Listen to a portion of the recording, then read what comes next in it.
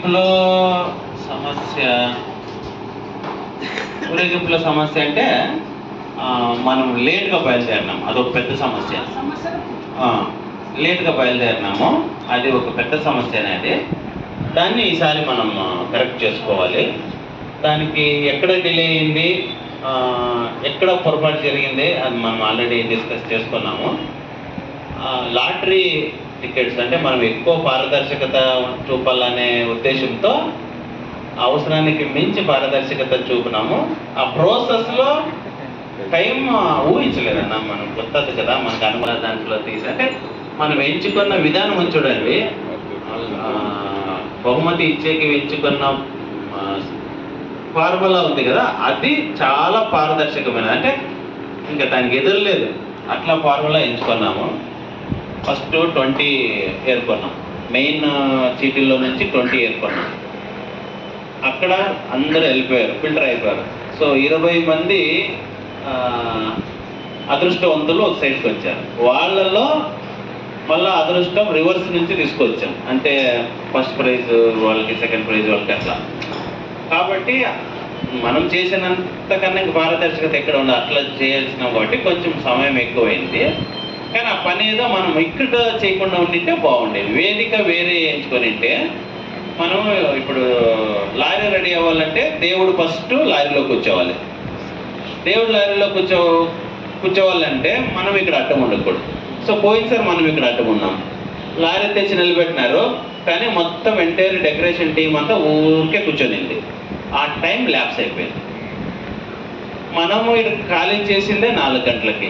4 గంటలకు ఖాళీ చేస్తే అప్పుడు లారీని తెనికి తెచ్చి మన దేవుని అక్కడ కూర్చోబెట్టి దాని తర్వాత వెల్డింగ్ వర్క్ చేసి డిజైన్ డెకరేషన్ చేసి అంతా చేసాము. ఇది ఒక తప్పు. అయితే ఇంకొక తప్పు ఏం యాడ్ అయిందంటే జనరేటర్, అంటే మనకి ఇచ్చిన పోయినసారి ఎలక్ట్రీషియన్ ఏదైతే ఈ ఎంటైర్ మైదానంకి ఎలక్ట్రీషియన్ ఉన్నాడు కదా, అంటే ఎలక్ట్రికల్ కాంట్రాక్టరు వాడు క్వాలిటీ వర్క్ ఇచ్చిలే.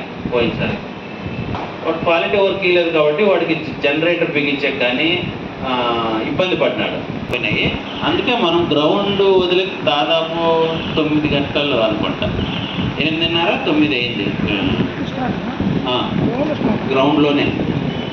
మొత్తానికి 8:30 పైన అయింది. అదైతే షూర్ 8:30 పైన అయింది. అది నాకు తెలిసి టూ మచ్ డిలే. అది 8:30కి గ్రౌండ్లో అంటే చాలా డిలే. అది మనం తర్వాత న్యాచురల్గా ఏమైంది, మనం 1:30కి బయటికి కాంపౌండ్ బయటికి పోతే, అంటే 8:30, 9కి కాంపౌండ్ బయటికి పోతే సుమారు కణికల్ రోడ్డు నుంచి లక్ష్మీ బజార్కి పోయేలోపు 12 అయింది.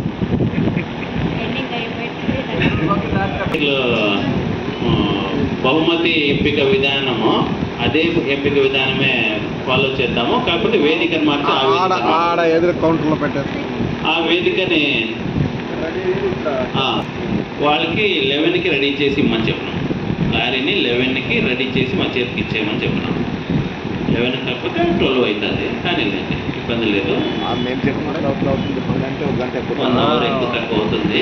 అంటే మనం డిపెండ్ అవ్వాల్సిన పరిస్థితి. వాళ్ళు కూడా వాళ్ళ సొంత పని ఏముండదు దీంట్లో. వెల్డింగ్ అంటే వెల్డింగ్ కూడా దొరకాలి, క్రేన్ వాడు అంటే క్రేన్ వాడు దొరకాలి. ఇట్లా కొంచెం డిపెండింగ్ వర్క్ ఉంది. సొంత పని అయితే ఫాస్ట్గా చేస్తారు.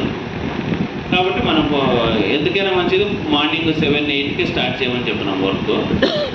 వాళ్ళు వర్క్ వాళ్ళు ఇక్కడ చేసుకుంటారు, ఇదంతా పీకేస్తారు. ఇదంతా పీకేసి లారీని ఇక్కడ పెట్టుకొని అవంతా వర్క్ చేసుకుంటారు, డెకరేషన్ వర్క్. మనం అక్కడ లాటరీలు క్లియర్ చేద్దాము. లాటరీలు కూడా పోయినసారి అన్నంత ఎక్కువ.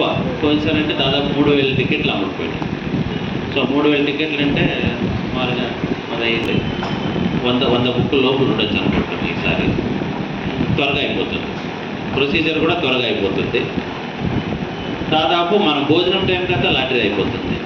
అప్పుడు మనం భోజనాల టైంకి మనం కూడా ఇన్వాల్వ్ అయ్యి ఏదైనా వాలంటీర్స్ చేతిలో మనం కూడా చేయాల్సిందంటే హెల్ప్ చేసి భోజనాలు అది క్లియర్ చేసేసి మిగిలిన భోజనాలని లారీకి వేసేస్తే మనం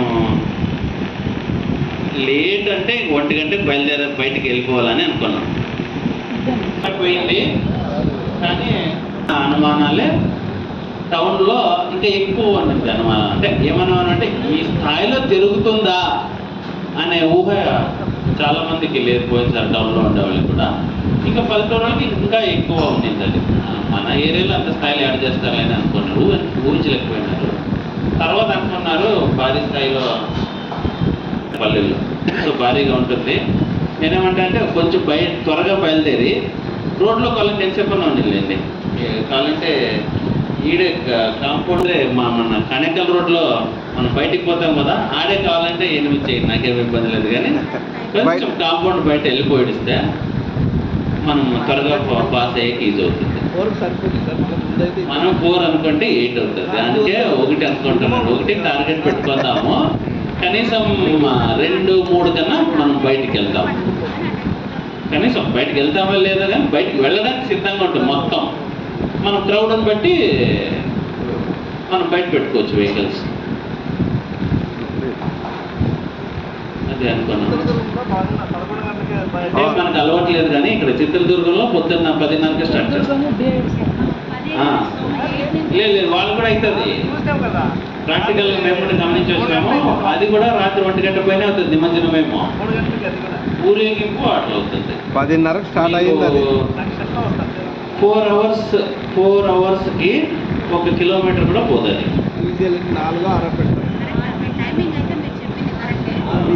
మ్యాక్సిమం లాస్ట్ వాళ్ళు 12 వరకు లేచి ఉంటారు, 12కి కంప్లీట్ అయిపోతుంది. ఇంకా బయటికి వెళ్ళిపోయి వాళ్ళు నిమజ్జనం చేసుకుంటారు. అది కరెక్ట్. అంటే అక్కడ విపరీతంగా పోతారు పల్లెటూరు వాళ్ళు, విపరీతంగా. అంటే చాలా జిల్లాల నుంచి కూడా వస్తారు. మన జిల్లా నుంచి కూడా వెళ్తారు, మన జిల్లా నుంచి వెళ్తారు. ఇక్కడ తుమ్మూరు జిల్లా నుంచి, దావణగిరి జిల్లా, అన్ని జిల్లాల నుంచి వస్తారు. తర్వాత పల్లెల్లో పండగలాగా వస్తారు. ఆ రోజు మేము చూసుకుంటూ పోయాం పల్లెల్లో. ప్రతి పల్లె నుంచి ట్రాక్టర్స్, బైక్స్, కార్లు, రాజకీయ నాయకుల కాదు, రాజకీయ నాయకుల సభలకు ఎట్లా పోతారో అట్లా ప్రతి పల్లె నుంచి గుంపులు బైకులు పోతా ఉంటాయి. కాబట్టి మనది ఆ స్థాయికి రాకపోవచ్చు, బట్ ఎంతో కొంత ఈసారి స్టార్ట్ వచ్చేస్తాం. Okay, super. ఓకే, ప్రస్తుతానికి ఈసారికి, భవిష్యత్తుకి రావచ్చు. ఈసారికి రాకపోవచ్చు, మనము ఎక్కువ ఊహించకూడదు, వాస్తవాల్లో ఉంటాము. వస్తాము అనే దానికి క్లాప్స్ కొట్టాల్సిందే.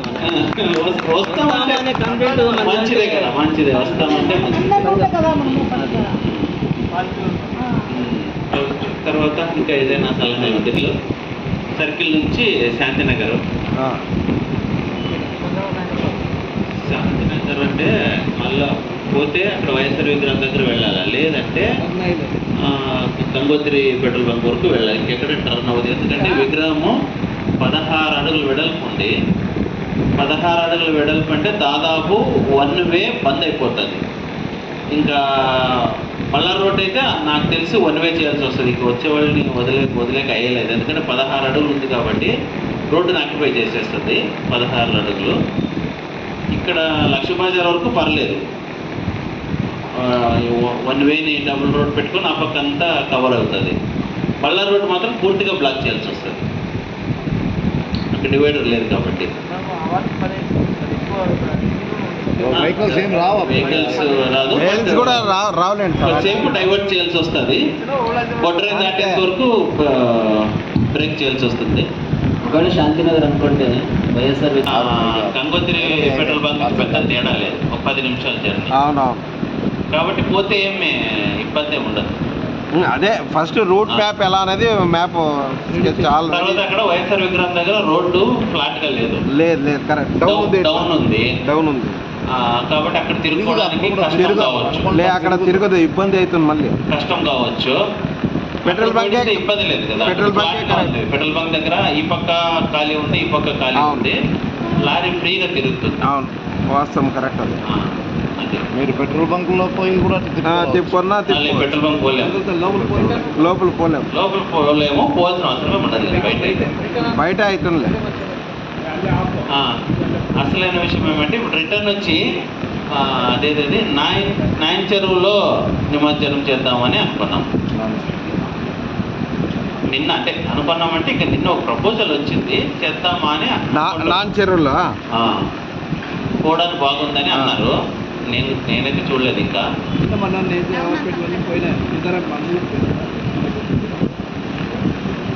వేయొచ్చని అన్నారు. ఇట్లంపల్లి చెరువు అంటే కష్టమైంది, లారీ పోదు లోపలికి. ఇది పోతుందిలే. ఇట్లం చెరువు నాన్ చెరువులకైతే లారీ పోతుంది. చెరువు మనకి రీచబుల్. ఇట్లం చెరువు అంటే లోపలికి వెళ్ళాలి, ఆడ వంక వస్తుంది, వంక దాటుకొని పోవాలా, రూట్ సరిగా లేదు. తర్వాత కట్టెక్కాల, మనం కట్టి పప్పు నుంచి వెళ్తాం, కట్టెక్కి వెనక్కి వేయాల. అవన్నీ అయ్యా. అదే అది చేయాలి మనం, అది ఖచ్చితంగా అది మనం చేయాలా, పోయి చూసుకొని రావాలా. తర్వాత కమిషనర్తో మాట్లాడి ట్రైన్ అరేంజ్ చేయమని చెప్పాలా.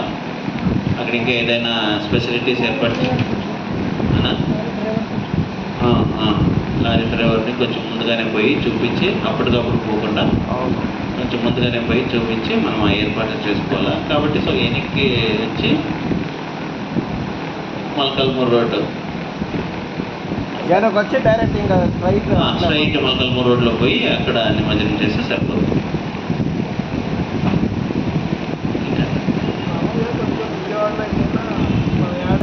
ఈ విగ్రహాన్ని మళ్ళా ఊరేగింపుగా తీసుకుపోయి మళ్ళీ ఇక్కడికే తీసుకువచ్చి ఇక్కడే ఎక్కడైనా అంటే ఒక తొట్టి మాదిరిగా చేసి నిమజ్జనం ఇక్కడే నీళ్ళిక్సి చేద్దామా అనేది కూడా ఒక ఆలోచన వచ్చింది.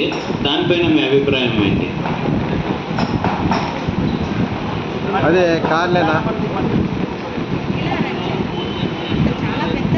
ఇప్పుడు కొద్దిమంది వచ్చారు, వాళ్ళ కోసం ఇంకోసారి రిపీట్ చేస్తారు. పోయినసారి మనము చాలా యాడ్ చేసినాము కలశాలు పెట్టుకొని రావడానికి. ఎగిరే వాళ్ళు కాదు, వాళ్ళు కూడా ఊపు వస్తుంది. ఏమంటే ఒకటి ఈ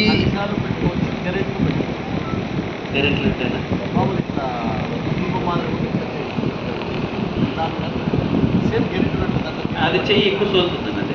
అది సాపలు కదా, ఏమన్నా కానీ ఈ కంపౌండ్ దాటేంత వరకు పెట్టుకోవచ్చు చాలా మంది, అంతే. దాని వల్ల వాళ్ళు కూడా ఊపు వస్తుంది. దయచేసి ప్రతి ఒక్క వినాయక చవితి పెద్దలందరూ దీనికోసం సహకరించాలని కోరుకుంటున్నాము. అంటే మనం కంటిన్యూగా గణపతి నిమజ్జనం అయ్యే వరకు అని కానీ, లేకుంటే 12 o'clock 11 o'clock ఇలా కాకుండా మనం స్టార్టింగ్లో మన వినాయకుడిని ముందుకు నడిపించే స్టార్టింగ్